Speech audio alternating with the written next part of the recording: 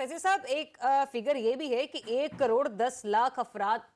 जो हैं वो सतह गुर्बत से नीचे की जिंदगी गुजारने पर मजबूर है इस पाकिस्तान में, और बेरोजगारी की शरह में 10% इजाफा हुआ है। तो ये दाल, चना, माश और ये मुर्गी में अगर 20-20, 25-25 रुपए कम हो जाएं तो आपको लगता है कि इससे हालात बेहतर हो जाएंगे? देखिए, मैं तो ये समझता हूँ कि जिस कदर माशाल्लाह शादियों का सीज़न चल रहा है तो बेरोज़गारी और बढ़ेगी, क्योंकि बहुत ज़्यादा आबादी का भी हमें ख्याल रखना पड़ेगा कि जिस कदर हम उसको बढ़ा रहे हैं ना, हर चीज़ अब हर एक ने तो आगे नहीं करनी कि अब आर्मी चीफ से हम ये भी कहें कि यार नौकरियां दे दियो, या तो ये सारी शादी चीज़ों करने पे वालों का क्या कसूर है फैजी साहब? देखें बहैसियत मजमुई हमें सबसे पहले ये सोचना होगा।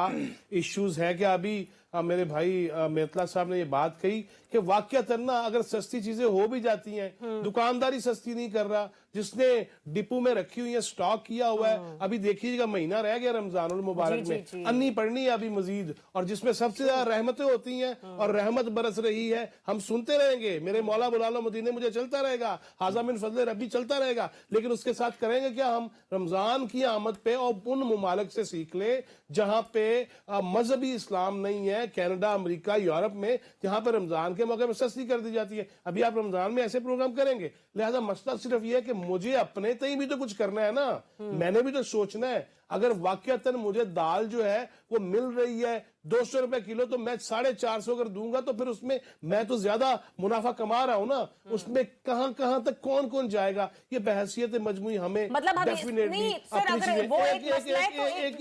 आप बात मुकम्मल कीजिए, आपके पास टाइम है। नहीं, मैं फैजी साहब मैं ये कह रही हूँ कि इसके साथ साथ मैं सिर्फ रमजान की बात नहीं कर रही हूँ, मैं नॉर्मल डेज के हवाले से भी बात कर रही हूँ। तो सर, जहां पर एक इंडिविजुअल सतह पर एक आम आदमी को अपने किरदार के बारे में सोचने की जरूरत है, ठीक है, वहीं पर आपको नहीं लगता कि जो प्राइस कंट्रोल कमेटियां हैं उनका भी फाल होना बहुत जरूरी है? गवर्नेंस के मामला में तो बहुत सारे सवाल है ना।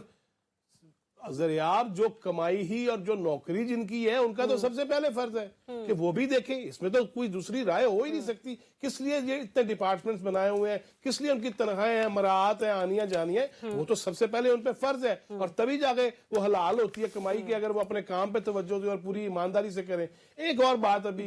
मेरे भाई मेतला साहब ये कह रहे थे, एक शख्सियत की बात हुई कि जी उन्होंने एक जुमला यूज किया कि टू माइटी देन स्टेट। यार अगर ऐसा मामला है तो फिर सब कुछ सोचना चाहिए, इनका जुमला सोचना चाहिए। ये एक ऐसी बात है, अलार्मिंग है कि अगर हम SIFC बनाते हैं, अगर हम सहूलतकारियां करते हैं, लोगों को अट्रैक्ट करने की कोशिश करते हैं कि आपका सरमाया भी महफूज रहेगा, आप आइए, तशरीफ लाइए, इन्वेस्ट कीजिए, लेकिन अगर एक बंदा वो टू माइटी देन स्टेट है तो फिर एक दफा फिर सोचना पड़ेगा स्टेट को भी और सबको कि ये चीज फिर अगर होगी तो फिर पाकिस्तान का जो मुस्तकबिल है ना, उसके बारे में भी सब कुछ सोच लेना।